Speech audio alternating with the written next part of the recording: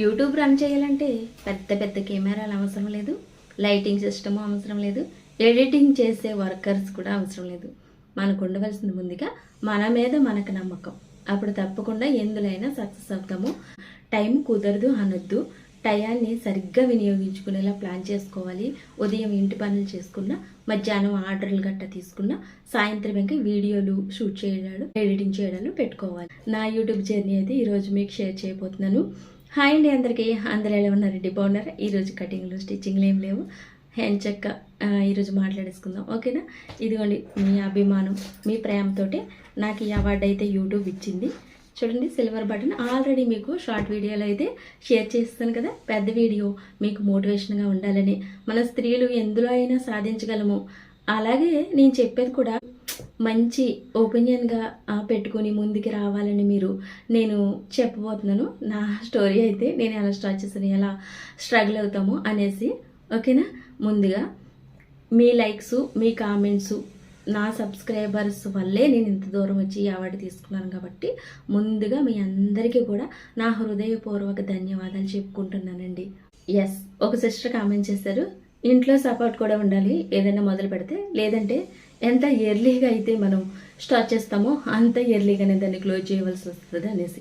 Yes, ఆ మాట కూడా నిజమే. ఇంట్లో సపోర్టు చాలా అవసరం. ఎందుకంటే సోషల్ మీడియాలో ఎప్పుడూ కూడా మనం నవ్వుతూనే ఉండాలి. మన దగ్గర ఎన్ని కష్టాలు ఉన్నా సరే నవ్వుతూ మాట్లాడాలి. మన కష్టాల్ని సోషల్ మీడియాలో చూపించకూడదు కదా, చాలా నవ్వుతూ ఉండాలి. మరి ఇంట్లో ప్రాబ్లమ్స్, సపోర్ట్ లేనప్పుడు మీరు యూట్యూబ్ చేయలేరని నా ఉద్దేశం. గట్టిగా చెప్పగలను. అంతా బాగుండి నాకే ఒక్కొక్కసారి అన్ని పరిస్థితులు అనుకూలంగా లేనట్టు అనిపిస్తుంది. అంటే ఇంట్లో సపోర్ట్ చేసే వాళ్ళు ఉన్నప్పటికీ నాకే అలాంటి పరిస్థితులు వచ్చినప్పుడు అస్సలు సపోర్ట్ లేని కుటుంబాల నుంచి యూట్యూబ్లో ఎదగాలనుకోవడం కొంచెం కష్టం అనిపిస్తుంది. అది నా అభిప్రాయం. ఎందుకంటే సోషల్ మీడియా అంటేనే ఒత్తిడితో కూడింది. అందులోనూ ఒత్తిడి ఉండి మళ్ళీ కుటుంబంలో కూడా ఒత్తిడి ఉంటే ముందుకు వెళ్ళడం చాలా కష్టం. హెల్త్ కూడా డిస్టర్బెన్స్ అవుతుందేమో అని నా ఉద్దేశం పర్సనల్గా అయితే. అసలు యూట్యూబ్ అంటే ఓ 10 మంది సైలెంట్గా చూస్తారు, ఓ 4 బ్యాడ్ కామెంట్లు చేస్తారు, ఒక్కరు మాత్రమే కనెక్ట్ అవుతారు.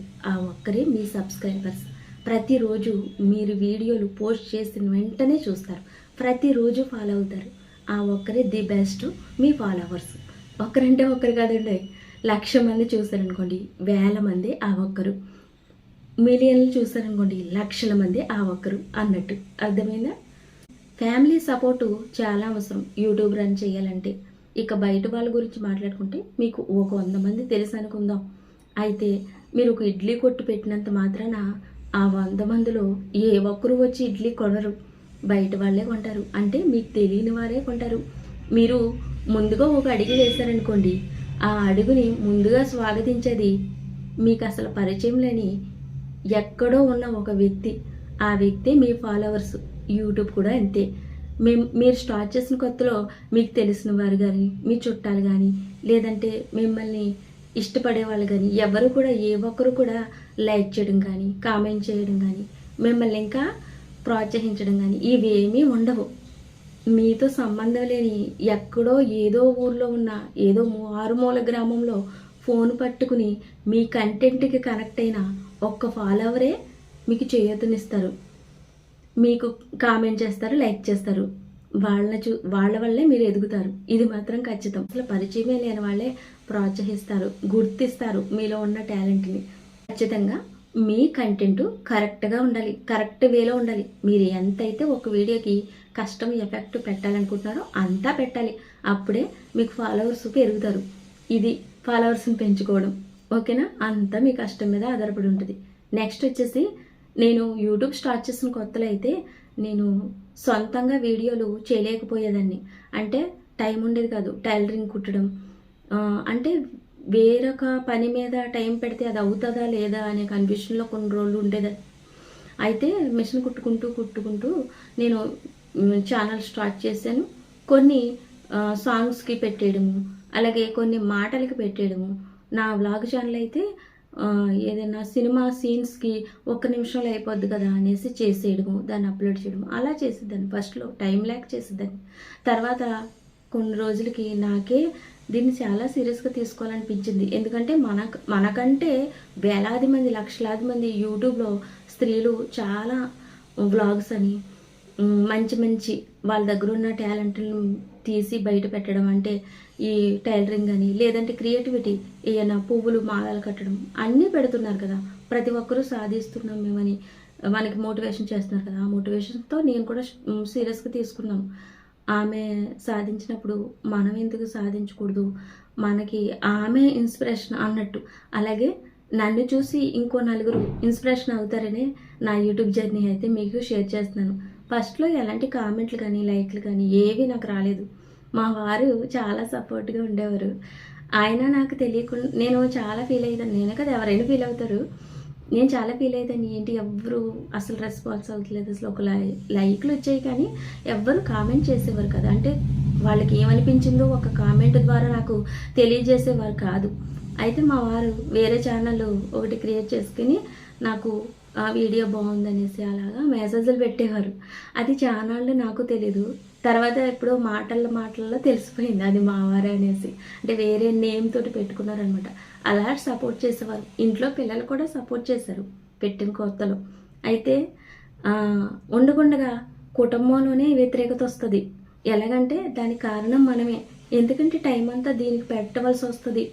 సోషల్ మీడియా అంటే అంత ఈజీ కాదు. నేను చెప్తున్నాను కదా, దీనికి చాలా టైం ఎఫెక్ట్ పెట్టవలసి వస్తుంది.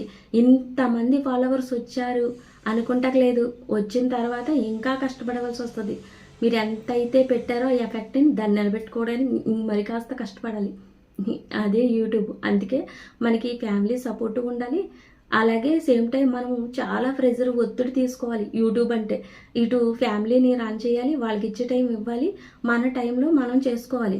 అంతేగాని పూర్తిగా ఫ్యామిలీని పక్కన పెడితే మళ్ళీ ఇక్కడ డిస్టర్బెన్స్ అవుతుంది. ఇలా నేను ఫేస్ చేశాను కాబట్టి చెబుతున్నాను. ముందు సపోర్ట్ చేసిన అదే కుటుంబం వ్యతిరేకంగా తయారైందంటే దానికి కారణం మనమే. సరిగ్గా టైం స్పెండ్ చేసే అవకాశం కూడా తక్కువగా ఉంటుంది. టైం అంతా సోషల్ మీడియాకి పెడతాం కాబట్టి.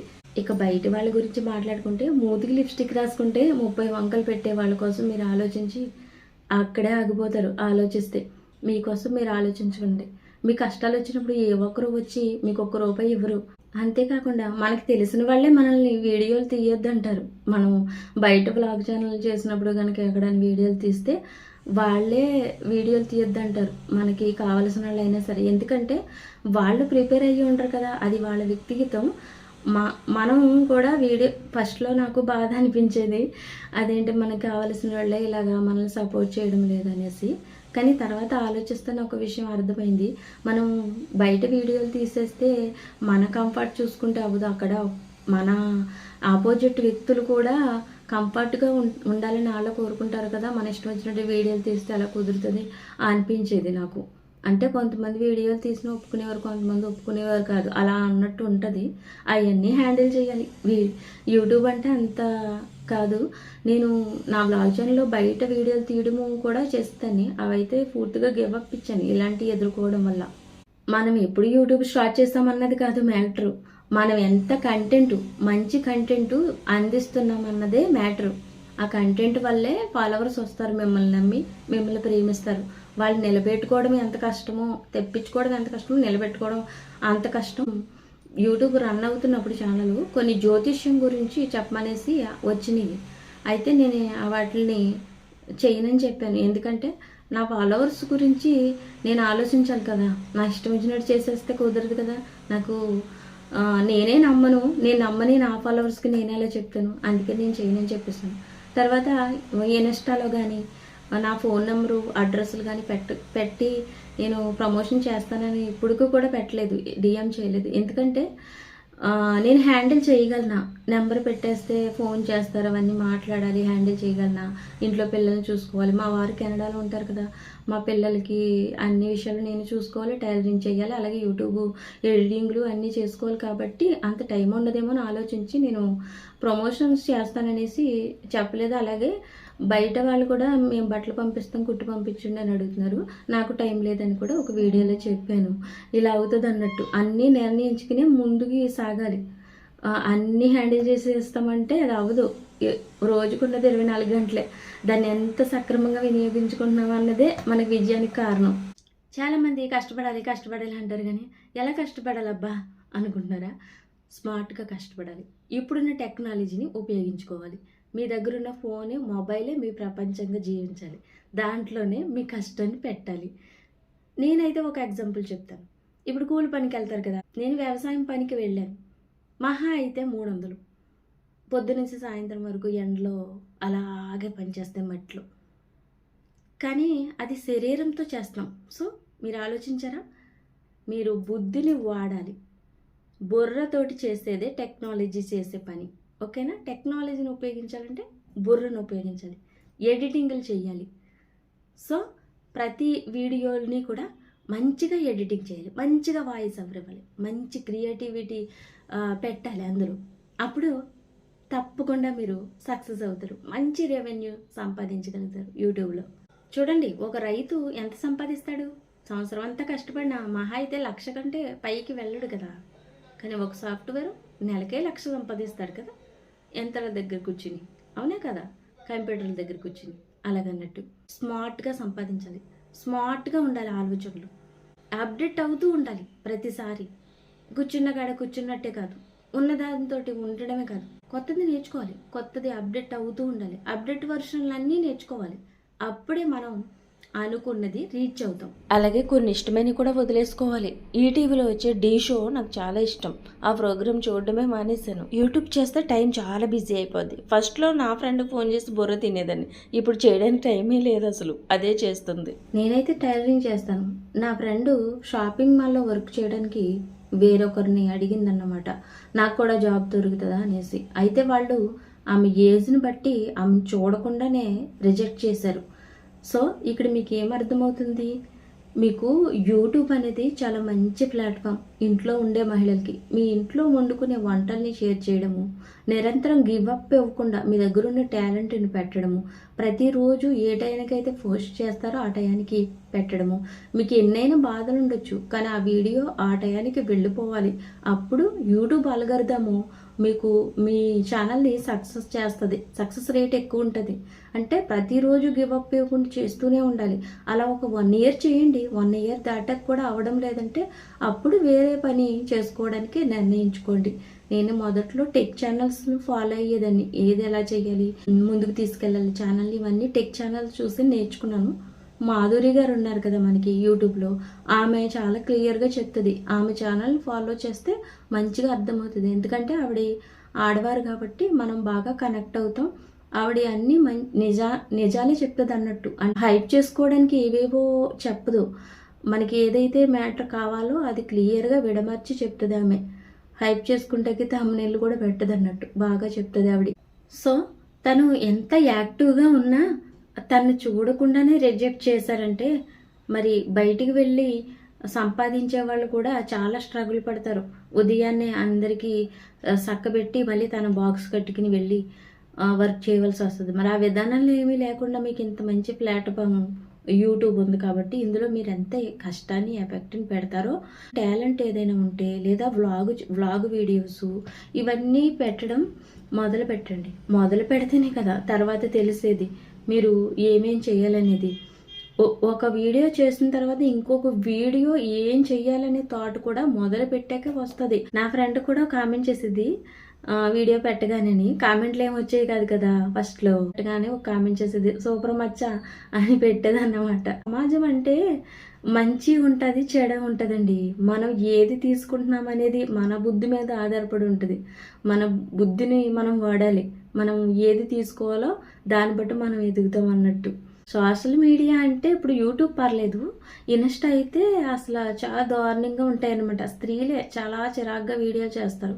అవి చూస్తే ఏ ఇంట్లో వాళ్ళు కూడా ఏమనుకుంటారంటే, అంటే బాయ్స్ ఆడవాళ్ళకి చిరాకు వస్తుంది. కానీ వాళ్ళు ఏమనుకుంటారంటే వాళ్ళకి ఏదో ఫీలింగ్ వస్తుంది. అంటే ఇలాంటి బ్యాడ్ వీడియోస్ వల్ల మహిళలందరికీ ఇలాంటి చిన్న చూపు కింద అయిపోతుంది అన్నట్టు. సోషల్ మీడియాకి వచ్చినంత మాత్రాన్ని చిన్న చూపు కాదు. మన దగ్గర ఏంటన్నా మంచి విషయం ఉంటే షేర్ చేయొచ్చు. హ్యాపీగా సోషల్ మీడియాలో హ్యాపీగా బతకొచ్చు. బ్యాడ్ కామెంట్లు పెట్టే వాళ్ళు అయితే మస్తుంటారు. వాటిని పట్టుకుని వేలాడేమంటే అసలు ముందుకే వెళ్ళలేము మనం. యూట్యూబ్లో బ్యాడ్ కామెంట్లు స్ట్రగుల్ చేయలేని యూట్యూబరే ఉండరు.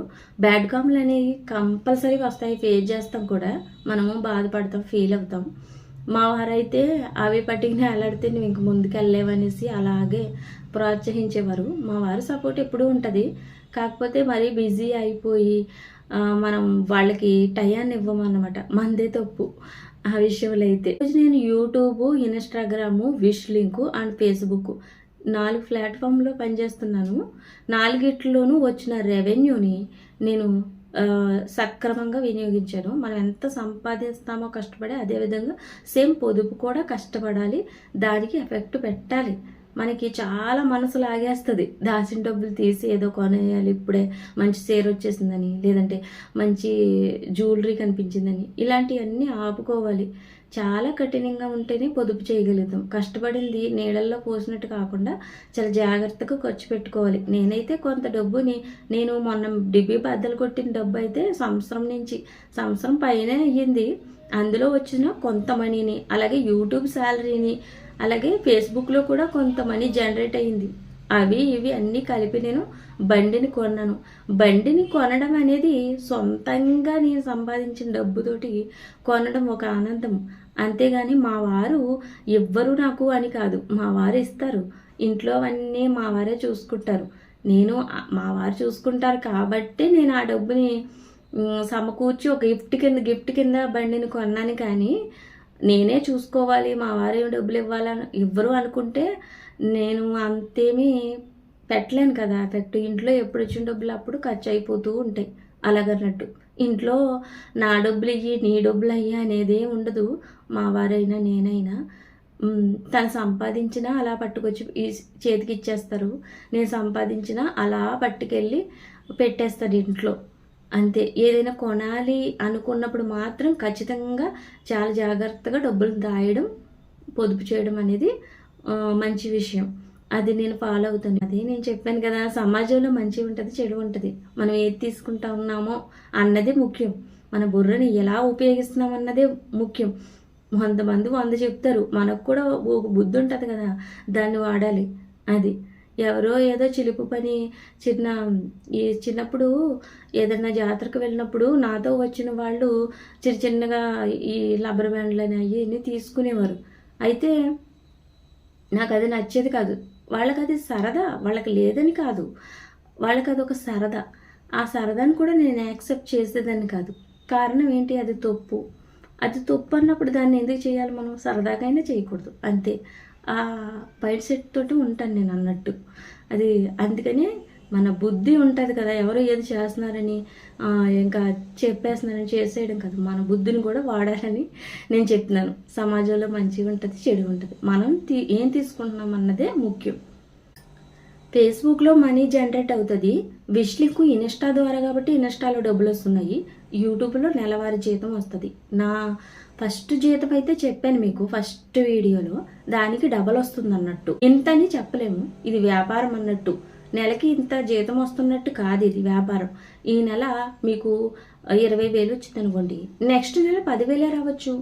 నెక్స్ట్ నెల 40,000 వచ్చింది అనుకోండి, ఆ తర్వాత నెల 10,000 రావచ్చు.